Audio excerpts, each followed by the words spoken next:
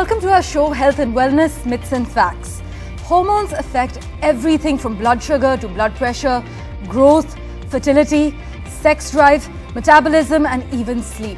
Now, hormones are essential for life and your health. One such hormone is insulin. It's a key factor in the development of diabetes, and this vital hormone that you cannot survive without regulates blood sugar glucose in the body in a very complicated process. There is no doubt that many of you are aware of diabetes, but few are aware of the role insulin plays in the management as well as the prevention of diabetes. Now, according to the report, globally, about 9 million people with type 1 diabetes rely on insulin for survival, and about 63 million individuals with type 2 diabetes require insulin for treatment.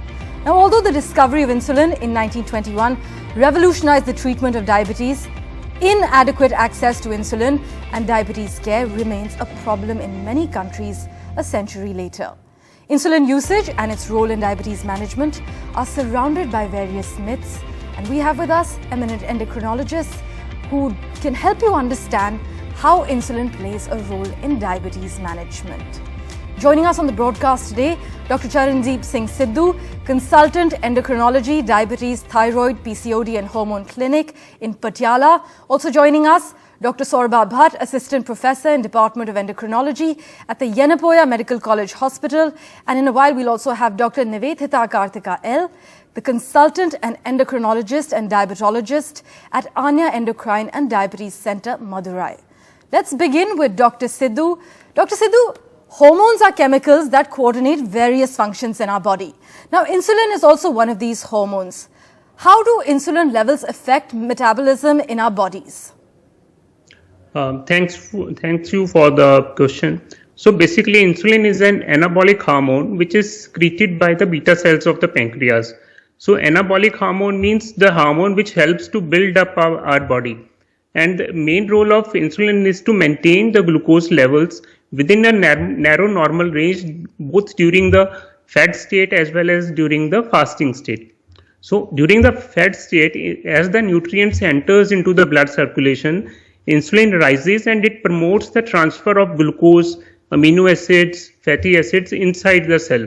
Once inside the cell, this glucose can either be utilized in form of energy, and any excessive glucose is then promoted to be stored as in the form of glycogen. And during the fasting state, what happens when the glucose tends to go down, the insulin levels also decreases in the body, which allows the breakdown of glycogen to provide glucose back to the blood. So overall, the insulin role is to maintain a glucose within the narrow normal range. Apart from that, insulin also promotes the protein synthesis and fat synthesis in the body. So that's how it helps to regulate our metabolism. Thank you.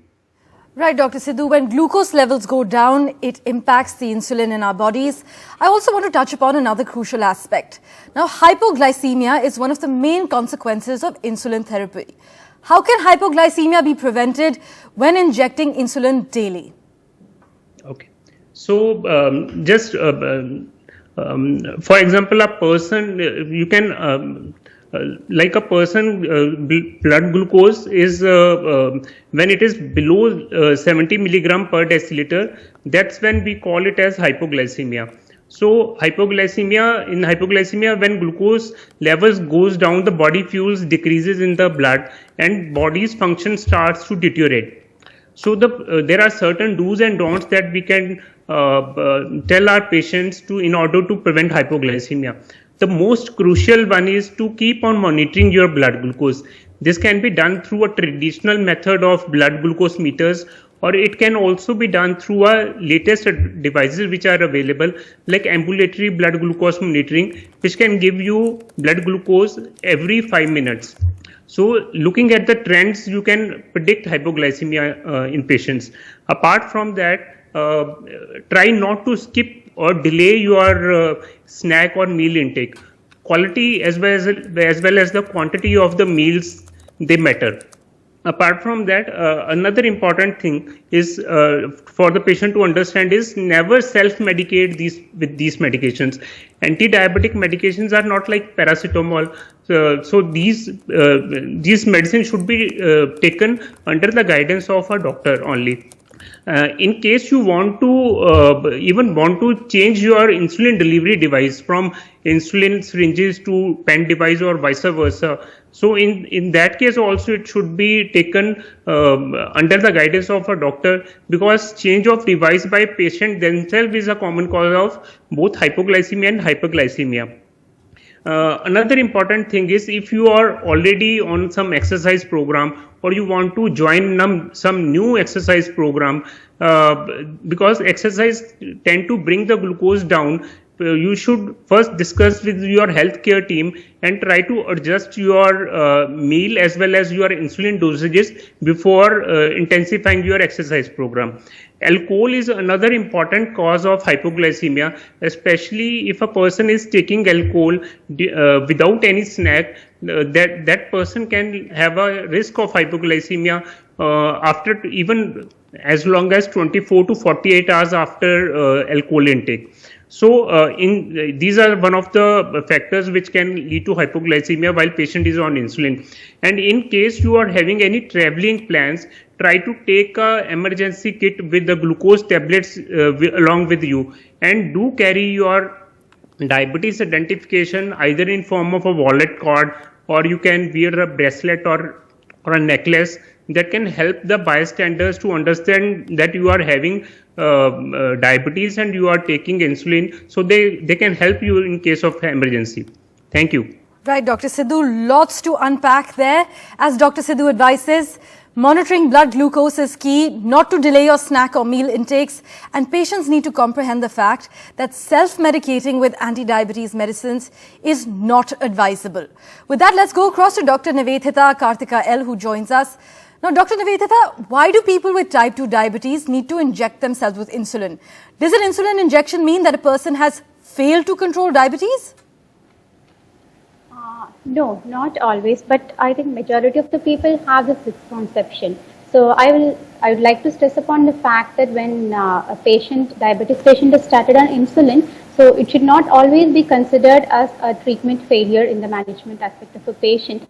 So people, they often require insulin when their oral anti-diabetic drugs, the exercise plan, their meal plan, all these three are not able to achieve the target meal glucose level, say fasting less than 130, or a postprandial blood glucose less than 200, or their 3 months average HbA1c of less than 7.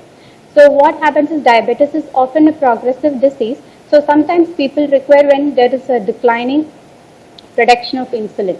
So some people might require it earlier, some might require it later, or some do not require it at all. So all these actually depends upon like how much the insulin the person's body produces and how much of it actually is able to act. So this actually differs among individuals. So that is how some people, they require insulin and some do not require insulin. And insulin might even be added as an add-on therapy to the existing regimen, or sometimes it may be a replacement regimen to the other drugs. And there are certain other conditions where insulin is preferred to oral anti-diabetic drugs. For example, during pregnancy, or when someone has a severe acute illness, or someone has acute infections or severe infections, and when you're planned up for surgery. So during those times, we prefer insulin compared to other anti-diabetic drugs. And when a patient has high blood glucose values with associated symptoms, for example, say you have weight loss, you have increased thirst, hunger, or increased urinary frequency, so those times insulin is preferred because it can rapidly reduce the blood glucose values, and it might make the patient feel better and symptom free. So these are conditions where we prefer insulin compared to other anti-diabetic drugs, and it is not always a failure in the management aspect. So that is very important. Thank you for busting that myth, Doctor. With that, let's also rope in Dr. Saurabh Bhatt, who joins us. If you could just touch upon what is insulin resistance and which specific conditions or agents can cause insulin resistance. Yeah, thank you for that question. Insulin normally functions to increase the uptake of blood glucose into the tissues. That's the main action. So insulin resistance is when the insulin cannot act properly to help uptake of blood glucose into the liver, into the muscles, and into the adipose tissue, that is the fat tissue. So insulin resistance can be increased in certain conditions like obesity and a sedentary lifestyle. Certain drugs can also increase insulin resistance and hence increase the blood glucose. That is steroids, which are commonly used therapeutically, and also these days many times they are abused also. So they can increase the insulin resistance in our body. A family history of diabetes also can contribute to increase in insulin resistance.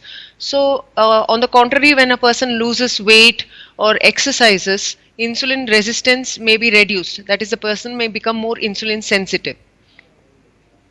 Right. What are the precautions for insulin storage and how long can insulin be stored in a syringe, Dr. Nivedita? Okay. So the US Food and Drug Administration guidelines, that is the FDA guidelines and the insulin manufacturer guidelines, they recommend storing insulin in the refrigerator within a temperature range of 2 to 8 degrees Celsius. So that roughly translates to 36 to 46 degree Fahrenheit. So for a long-term storage till the expiration date. So when the vials and cartridges are opened, so that time we can roughly store around 2 to 30 degrees Celsius. And that roughly translates around 36 to 86 degree Fahrenheit. So, but all these things, they have to be used within a duration of only 1 month. So they cannot be stored beyond a month of more than 30 degrees Celsius. So why it's very important? Because insulin stored less than 2 degrees Celsius and more than 30 degrees Celsius, so extremes of temperature, they tend to lose their potency, efficacy, and they tend to precipitate, they frost and clog. So, but in India, the main problem is most of our room temperature, they normally exceed more than 30 degrees Celsius. So we usually advise the people to store the insulin, especially the vials, in a refrigerator. And while injecting, like before injection, just take the vial out, keep it for 10 minutes at the room temperature, or take the required amount of units, draw into your syringe, keep it for 10 minutes in the room temperature, then roll between your palms to normalize the temperature and then inject. So why this is very important? Because even injecting cold insulin, so it usually leads to pain and irritation at the site of injection. So the storage temperature is very, very important, and I would like to stress that store at 2 to 30 degrees Celsius. But for India, it's storing at room temperature, keeping it at room temperature is not advisable. Right, a lot to unpack there. So any unopened bottles of insulin should be kept in a refrigerator, as Dr. Nivedita has encouraged. One should store unopened insulin in the refrigerator at a temperature between 2 degrees Celsius to 8 degrees Celsius. That is key, and one should not freeze insulin. With that, I'd like to take the next question to Dr. Bhatt, please. Where's the best place to inject insulin, and what is the minimum interval between insulin injections? Right. So insulin is a subcutaneous injection. That is, it is injected under the skin. So wherever there is enough or sufficient body fat, insulin can be injected. It gets absorbed in the blood vessels or in the fat tissue. So the best site to inject insulin is the abdomen. So there is a lot of subcutaneous fat there. So we use abdomen and rotate the insulin sites, and that is where the insulin gets absorbed the fastest. The next best site is probably the arm, that is the posterior part of the upper arm. That is where it is injected, not exactly where the intramuscular injections are injected. It's slightly behind where there is a lot of subcutaneous fat that can be felt. And the third area is in the thighs. Insulin is usually injected in the outer thighs, along the outer border. It can also be injected in the center of the thigh, along the center. It should not be injected on the inner side of the thigh, because inner side of the thigh, even if the skin is very thin, it is very vascular. So there are chances of injecting insulin into the blood vessels. That should not happen. It should go into the subcutaneous space. The fourth site that is mentioned is the gluteal region, that is the buttock area, which is not normally used because it is difficult for self-administration. Right. And regarding the interval that you asked between the insulin doses, it of course depends on the type of insulin that we use. For example, for long-acting insulins, they last 24 hours to 36 hours. We have insulins that last even up to 42 hours. So it depends. We have to give that interval, but the insulin that is conventionally used before meals, that is the regular insulin, we have to maintain a gap of 4 to 6 hours between boluses, between each bolus. So it's always better for patients to consult the doctor exactly how they need to get the insulin administered. Even the doses vary with the type of diabetes and between patients. Dr. Bhatt, thank you so much for all that advice. With that, we're stepping into a very short break. Our experts stay on with us to bust all your myths. Back in a moment.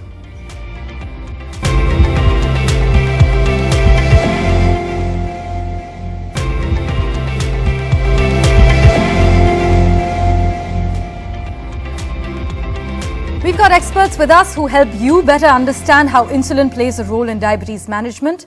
With that, let's go across to Dr. Charandeep Singh Sidhu. Doc, let's also focus on diabetes mellitus. What is the role of rapid-acting insulin in the treatment of diabetes mellitus? As the name suggests, rapid-acting insulin. So this insulin starts to act very fast compared to the other insulins. So it's commonly given as a basal bolus regimen, and it is injected generally 10 to 15 minutes before you eat meal. So what happens whenever we consume a meal, depending upon the carbohydrate content of the meal, blood glucose tends to rise. So this extra glucose which is entering into the system needs to be neutralized. That extra glucose surge, if that happens in the absence of insulin, that can cause a high alarming level of blood glucose levels in the post meal phase. So that's where the action of this rapid acting insulin starts. So what are the certain characteristics of this rapid acting insulin? So they have a very rapid onset. They start to act within 10 to 15 minutes of the injection site. And because they travel very fast from the fat tissue to the blood, so they start acting within 10 to 15 minutes. And the peak level of action is generally achieved within 60 to 90 minutes after the injection. And their effect lasts around 3 to 5 hours, as long as you are digesting your food. So it is a more punchier kind of insulins, but yet they have a very defined and short action. Within 3 to 5 hours their action weans off. Thank you. Right. Doctors, now with our conversation, it's quite clear that physical activity affects the way your body uses glucose, and insulin can therefore affect your blood glucose levels in different ways. Dr. Saurabh Bhatt, is it necessary to adjust the insulin dose before exercise? Yes, it's a very important question. Definitely, exercise can affect the blood glucose levels. First of all, exercise increases insulin sensitivity in the body. So in fact, it makes the insulin work better. So there can be it can push more glucose into the muscles, and then it can reduce the blood glucose levels, so leading to symptoms of hypoglycemia. We must remember that this is a anticipated complication in both type 1 and type 2 diabetes. So this can be a hindrance for exercise. So we normally recommend in diabetics exercise for cardiovascular health. So it can be a hindrance. So one tip we can give our patients is that they need to take a light snack before exercising, and even after exercise they can take a snack if they have missed on the snack before exercising. And also, exercise tends to increase the insulin sensitivity for even up to 24 hours. So especially after a bout of rigorous physical activity, say some long distance running, that risk of low sugar can last even up to 24 hours. So the key factor I would say is monitoring blood glucose levels is important. That is the most important thing. And then keep something to eat at hand so that any complications can be avoided. Right, very useful advice there. Dr. Nivedita Karthika L. Now, many people seem to think they can eat anything when they inject insulin. What are the benefits of eating healthier and staying physically active while taking insulin? Yes, thank you for the question. So actually, adapting a healthy eating behavior and maintaining an adequate level of physical activity is very much important. That is a major cornerstone in the management of diabetes. So So people often use the term diabetic diet. So put it in a simple term, it's just eating the healthiest form of foods in moderate amount. So that moderate amount is very, very important, and also stick to your regular meal timings. So these healthier options, they are naturally rich in nutrients, they're low in calories, low in fats, and they include a variety of vegetables except tubers, fruits that are low in glycemic index, whole grains, legumes, and healthy fats. So what happens is when the fiber content of the food is very high, so they help in slowing the digestion process. So the amount of glucose so that entering into the bloodstream is very slow. So the sugar spike is very less. So that is the importance of adding a fiber-rich diet to your regular every day-to-day meals. So that is one aspect. And also limit your intake of foods that is rich in saturated fat and cholesterol, for example, coconut oil, butter, ghee, egg yolk, and those products, and avoid trans fats completely. Those are present in bakeries and packaged food items and confectionaries. And now coming to the physical activity. So the usual recommendation is to maintain 150 minutes of moderate or vigorous intensity exercise in a week. So spread out at least 3 times per week with no more than 2 days passing without any levels of physical activity, and add resistance training, strength training to the muscles. So that is very important in breaking down the insulin resistance, which ma'am was talking about before. And these kind of exercises and diets, so they not only reduce the blood glucose levels, but what is important is they aid in the weight management. So when the weight reduces and the abdominal fat also reduces, so they indirectly they also contribute to reducing the cardiovascular risk factors like high cholesterol, high blood pressure. So everything comes down together when the proper lifestyle is maintained with the proper meal and the adequate level of physical activity. So that is very, very important. Thank you so much, doctors, for your time and for all your advice. We hope our experts answered all your queries regarding insulin usage and its role in diabetes management. Thank you all for watching. Goodbye.